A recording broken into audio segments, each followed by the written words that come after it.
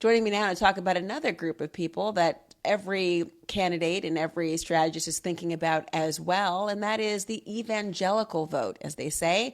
Doug Pagitt, is the executive director of Vote Common Good, and he has a piece out for MSNBC talking about the evangelical vote and how Christians for Kamala can pull evangelical voters away for Donald Trump. Doug joins us now. Good morning. How are you?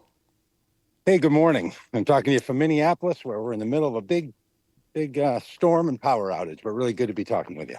Oh no, that's my home state of Minnesota and it's the fair. How could they lose power? Gosh, oh no, I'm I so sorry to know. hear that. That also means no Thank air you. conditioning, but it's Minnesota, so you might be okay for days. That's right. That's right. We might make it. We might make it till Well, next July. good luck to you. I know you are the executive director of Vote Common Good. Tell me a little bit about it. I know it's a national political nonprofit. What is it dedicated to? Yeah, our work is trying to help the evangelical voter who no longer feels like they can vote for the Republican Party to know that they have another option on Election Day. You know, a lot of evangelicals, their faith and their political identity kind of came as a package deal. And the way that Donald Trump has treated the presidency, has treated Americans, is something that just makes it very difficult on a lot of these people to still consider voting for him. And so we help those people who are in the midst of an identity change politically still hold on to their faith and know that they don't have to vote for Donald Trump. Talk to me about the evangelical vote. I know it's not a monolith, and how often we say this every time we talk about the woman vote or the black vote or the Latino vote, the evangelical vote. There's obviously not a monolith, but there are some issues in particular that evangelicals will be aligned with voting for and about. How do you think this idea of Christians for Kamala, yet another group that has expressed either Zoom or otherwise for in support of her, how could that pull evangelical voters away from Trump? What is it that is the common tissue and connective tissue?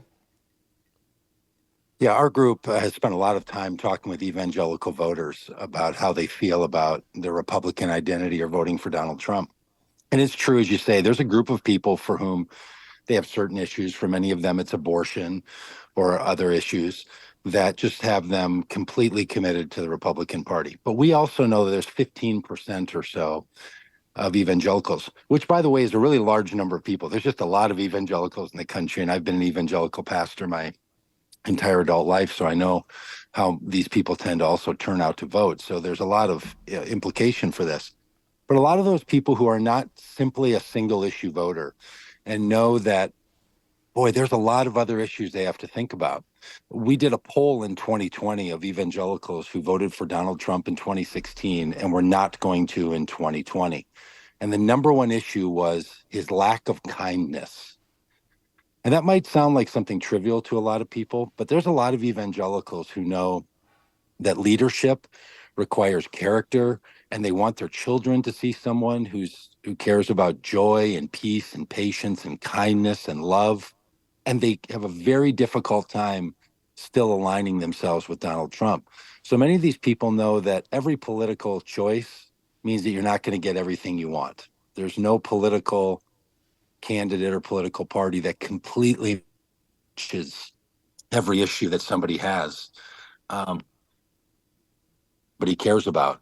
And they're then having to make these hard decisions about who they're going to vote for. And for many of them, they just know that Donald Trump's not the answer. For many of them, it will be Kamala Harris, and some will just choose to sit it out. You write in your piece, that I was going to on this very point, that you know they didn't like the way his unkindness reflected on them, whether it be putting migrant children in cages, the way he treats women, the way he treats the press, the way he treats nearly everyone who left his administration, and the way he treats democracy itself. And you say many of these voters know that's not the behavior they want their children to emulate. Would be an opportunity then for the Harris Walz campaign, if they're aware of this, which undoubtedly they are, based on the notion of joy being a focus of their Democratic National Convention, and choosing not to roll in the mud as often as the Trump campaign, or personal attacks, perhaps as often, or some would say as biting as the Trump campaign. is could this be a winning strategy to have sort of optimism and a kind of political kindness work in their favor? Yeah, we sure hope so, because we know there's a lot of people for whom voting, in some ways, they understand that it's part of the political process, but it really is something that just reflects on a person and helps them understand that they're a good person, that they've done a good thing, that they've taken care of their civic responsibility, or that they feel good about supporting a candidate. And we just know from talking to thousands of voters as we travel the country, especially in the swing states, that many of these people feel really, frankly, icky about voting for Donald Trump. They don't feel good about it.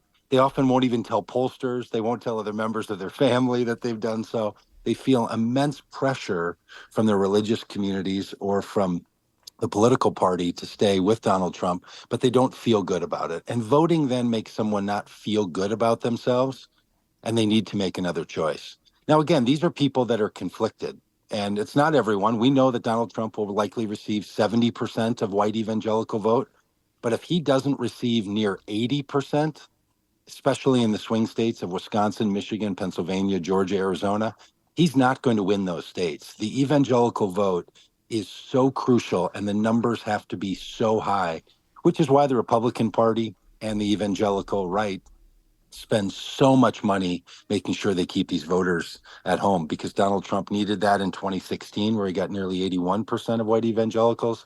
He got near 76% in 2020, and he can't win with those numbers. And we're doing everything we can to make sure that number is below 70% in this election.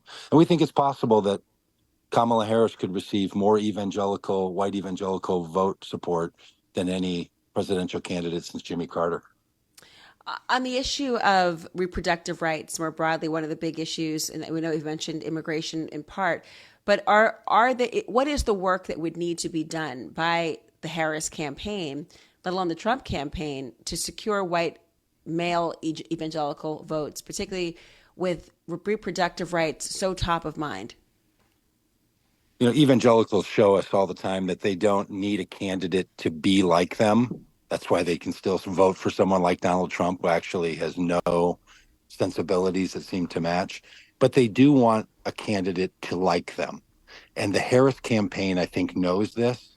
And some outreach that simply says, look, we understand that you feel differently about these issues, but we also know that you are with us on these other issues, and we're willing to accept you as a part of this movement. We're willing to accept you as a part of this political conversation.